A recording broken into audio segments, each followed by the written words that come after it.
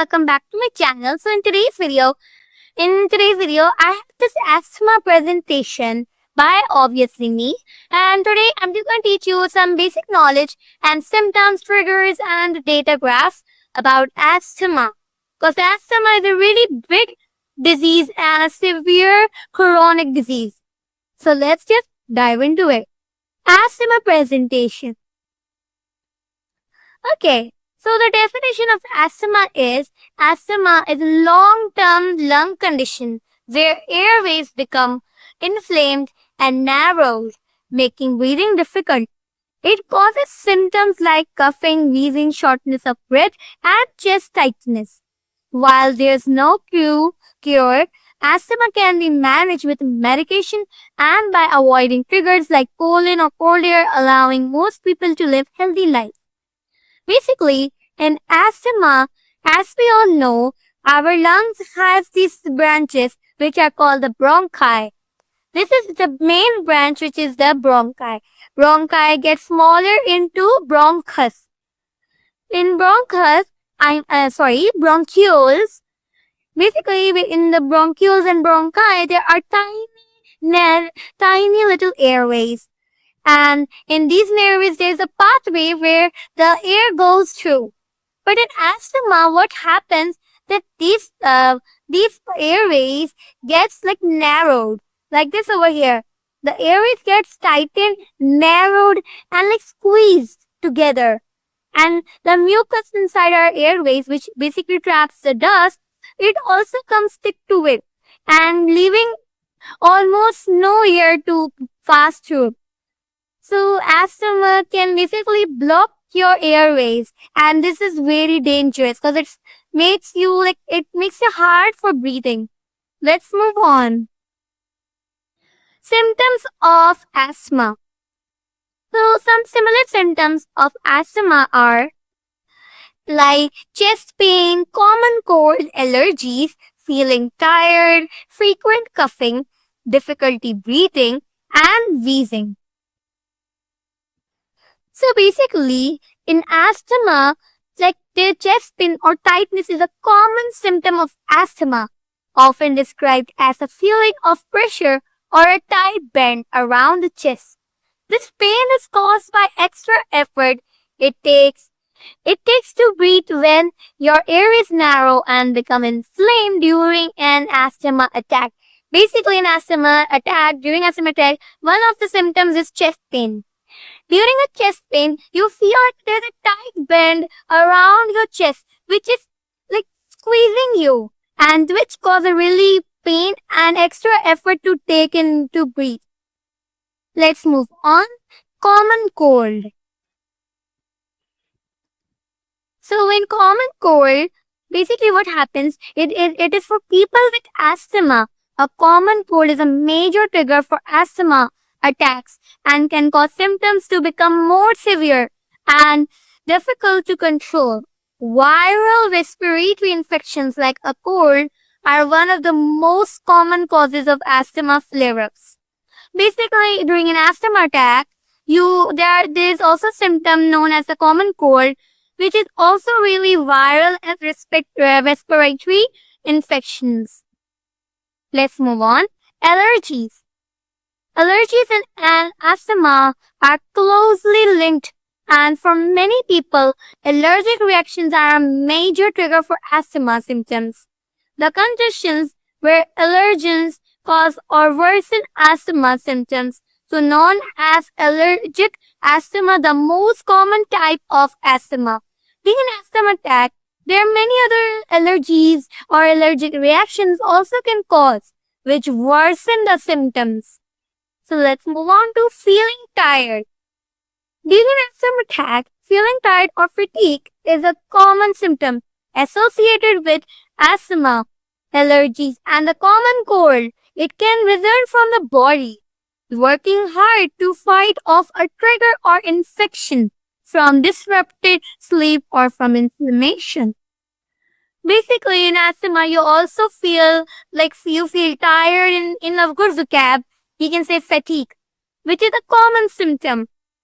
It basically results from the body Like your hard-working body, it gets tired, which can also trigger or infection from disrupted sleep. Like you're not sleeping on your sleep hours and your sleep cycle is pretty much too much disturbed. Or it's from inflammation. So one of the other symptom of asthma can also be frequent coughing. Frequent coughing in asthma is caused by inflammation and swelling in the airways, making them sensitive to triggers like allergens or cold air. This irritation causes the airways to tighten and body cups to clear them.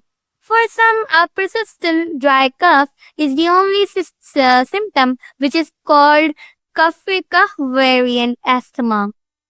Since regular cough medicines doesn't help, this cough must be treated with prescription asthma medicines that target the underlying inflammation. Basically, during an asthma, there is another symptom which is frequent coughing. In frequent coughing, which is caused by inflammation and swelling in the airways. It is also a trigger which is like allergens or like cold air. This can irritate your cells while coughing again and again, making the airway more tighter, and it makes the breathing more difficult. So let's just move on. So the next symptom is difficulty breathing. Difficulty breathing or shortness of breath, dyspnea, dyspnea is a feeling of not getting enough air.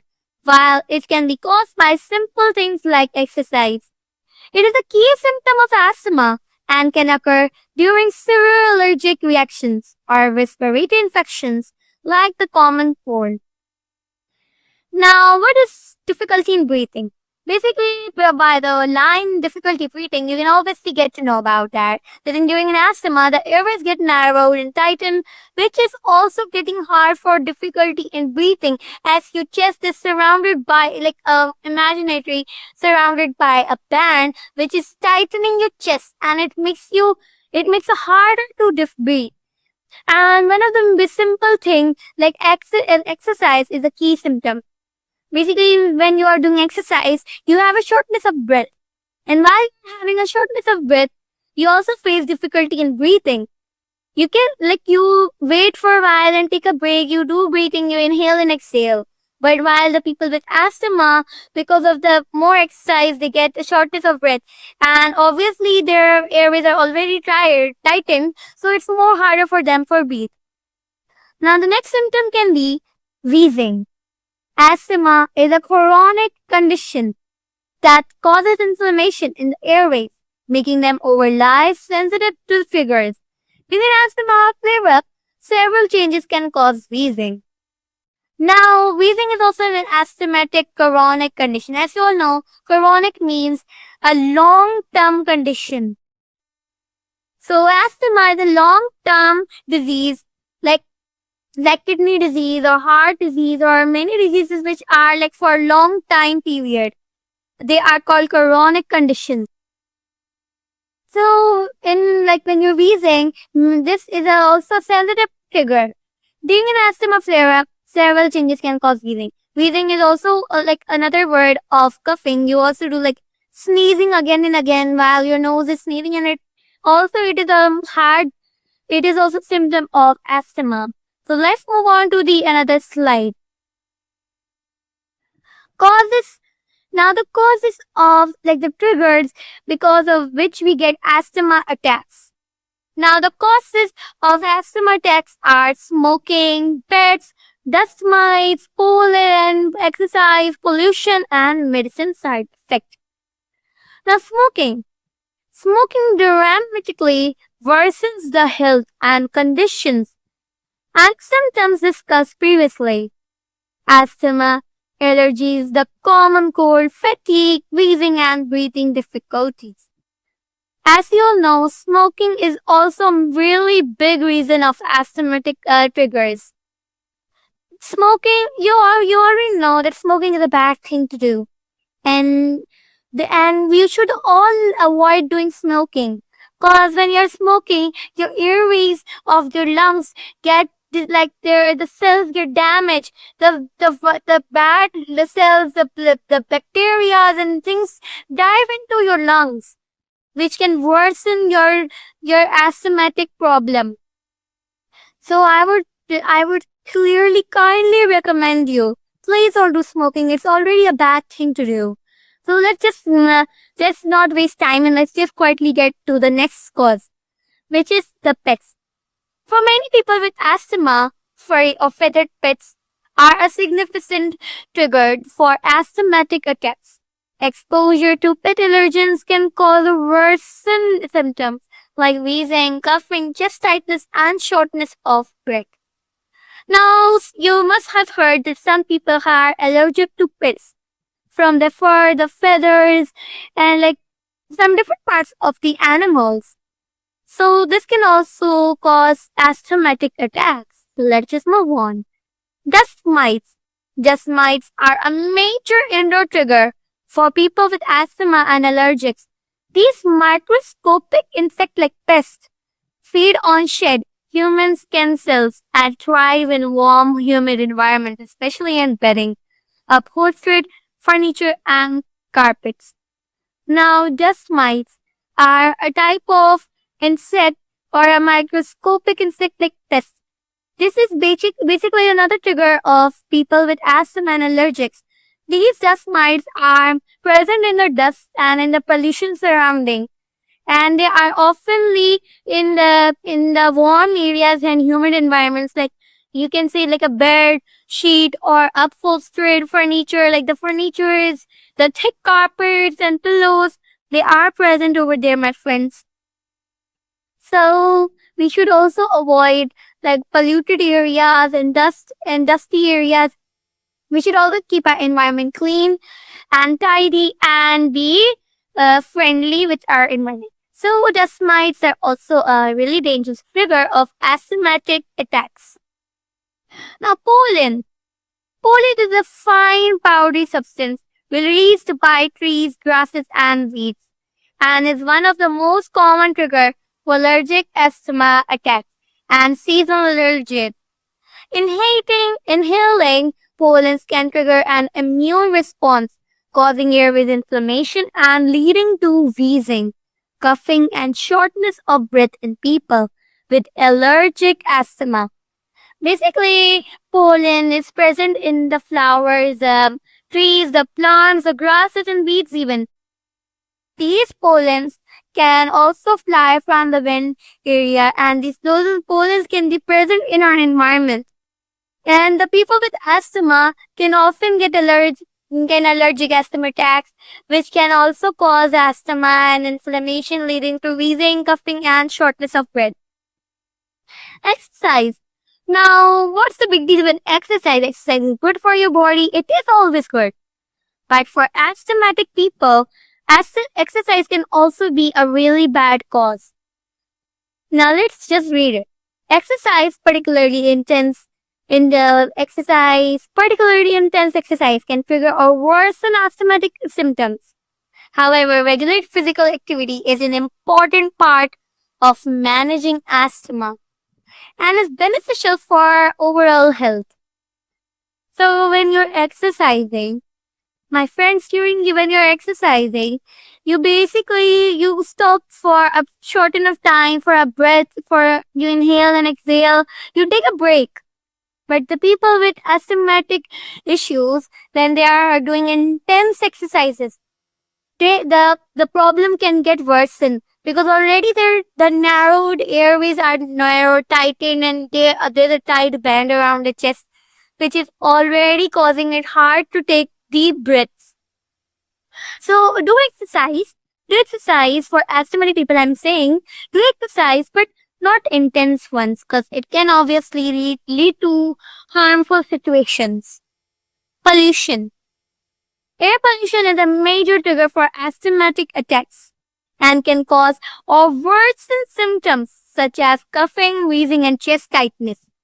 The tiny particles and gases in polluted air can irritate and inflame the airways, increasing a person's risk of having an asthma attack. So pollution is also a major trigger for asthmatic attacks. It can also worsen symptoms such as coughing, wheezing, and chest tightness. The tiny particles, smoke, and the gases in the polluted air can irritate and make your airways inflamed, increasing a person's risk of having an asthma attack. Now let's move on to medicine side effect. Medicines. Various medications are used to treat asthma, allergies, and common cold. The side effects can differ depending on the type of drug, the dosage, and the delivery method. In example, inhaler versus pill. Basically, yeah, medicines are good, they heal yourself, but there are severe medicines with some side effects, which can be depending on the body and the environment in your body. So severe side effects can also cause asthmatic attacks. So let's move on. Now we got to know the symptoms, the causes, and the triggers of asthmatic attacks. Now how can we heal ourselves from these asthmatic attacks? The treatment for healing ourselves from these asthmatic attacks are inhalers, anti-inflammatory drugs, and avoidance of triggers. Inhalers are handheld medical devices that deliver medication directly to the lungs, making the cornerstone of asthma treatment. They can be categorized by how and when they are used. Most people with asthma use a combination of daily controlled inhaler and an as-needed rescue inhaler. Basically, inhaler is one way of treatment of asthma. In an inhaler, basically you can heal yourself with medications and drugs that's like similarly like things like that. So why use inhalers instead of anti-inflammatory drugs? Obviously, anti-inflammatory drugs are also a way to treat lungs. But the modern scientists discovered that the anti-inflammatory drugs are taking time to reach you to from your blood to from your esophagus till your blood till your lungs. And this is taking a long period of time to just travel to the blood. So they made a little medical device that can deliver medication directly to the lungs. And this device is called the inhaler. Can you see this like device right over here? This is the inhaler. This little device helps for the medication to reach to your lungs as quick as possible. So it's a quick doctor or an emergency controller which helps to the people with asthmatic attacks. Now the second way is the anti-inflammatory drugs. Anti-inflammatory drugs work by reducing swelling and inflammation in the body. Different types of anti-inflammatory drugs are used to treat conditions like asthma, allergies, and symptoms of the common cold. Now, as you know, anti-inflammatory drugs, or in easy words, medicines of asthmatic attacks, can also help reduce swelling and inflammation in the body. But they are not quick doctors that can help you in the asthmatic attack or in a needed rescue emergency. So, anti-inflammatory drugs are also a good supply for reducing swelling and inflammation in the body. Now, the third way can be avoidance of triggers. To prevent asthmatic attacks and allergies reactions, avoiding or minimizing exposure to triggers is a crucial part of an asthma management plan. Triggers vary from person to person, so identifying your specific triggers in the first step. So basically, the third way you can obviously use is that you can avoid the triggers which can basically cause the asthmatic attacks, like pollen, from pollen, smoking, or like side effects, pets, and like that. You can basically avoid the basic triggers. This can also minimize the exposure to crucial part of an asthmatic management plan. So let's move on. Right here, I have a simple study graph related to the asthmatic related disease of asthma. Impact of asthma on students across key health and lifestyle indicators. So basically, so now I'm going to explain you this little graph of I know it's a little confusing, but everything is hard in the starting. So the first bar graph is asthma control. Students with asthma often struggle to keep the condition fully controlled. Now, sometimes students across the world have asthmatic issues, and the main reason can be that they feel hard to control their asthmatic issues. Symptoms: asthma symptoms like coughing, wheezing, or shortness of breath are one of the biggest problems for students. So basically the symptoms are also an issue for the students across the world. Emergency department. Many students with asthma end up in the emergency room because of asthmatic attacks. So this is basically telling us that if some the students in during asthma attacks end up in the emergency room, this is clearly understandable. Hospitalization. Some students require hospital stays due to severe asthmatic issues. So some students actually require, whether the medicine they require hospitalization to actually stay in end up in the hospital and stay over there. Medication use. Now the medication use graph is quite little smaller than other graphs. It is quite like the medication use is quite similar to trigger avoidance. Basically, medication use is relatively low compared to the severity of symptoms and hospital visits, showing that treatments may not always be followed properly. Means the students may not always be followed, they might not always follow the medicines, treatment may not be always followed properly. Asthma knowledge. Students seem to have a good knowledge about asthma, likely because of awareness programs or medical guidance. Now, maybe students have a good knowledge of asthmatic issues, but still they are not understanding how to control their medication use, hospitalization and symptoms, etc. Quality of life. Asthma strongly affects students' overall quality of life, reducing their ability to enjoy daily activities. Now, basically, asthma is also in decreasing the quality of their life of the students, which is basically reducing the energy from students for playing and etc. like that. Now, the next thing is school absence. Students miss a moderate amount of school days because of asthma. Obviously, if they are having an issue, they will do an absent, or they will mark an absent because they might be having an issue in or getting pain in asthmatic attacks. Trigger avoidance. Avoiding asthma attacks like dust, smoke, or pollen is not done effectively by many students. They are not avoiding triggers effectively. So overall, I can say in one paragraph is that this graph highlights that asthma has a serious impact on students overall in the world. The biggest effects are on their knowledge, quality of life, and symptoms, while the lowest focus area is on medication use and trigger avoidance. This shows although the students know very much about asthmatic attacks and asthma, etc., they may not always manage it well in real life, leading to hospital visits, missed school, and poor daily well-being. So this little graph is now basically really understandable for now.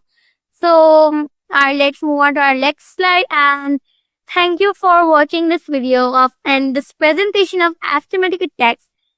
So I was thinking that instead of making a short video, what if I explain in a presentation way? And I hope you enjoyed it and understand it clearly enough rather than a video. So if you like this video and if you really got the basic and amazing knowledge about asthmatic attacks, Please don't forget to like, share, and subscribe, and don't forget to share to your friends. Bye bye.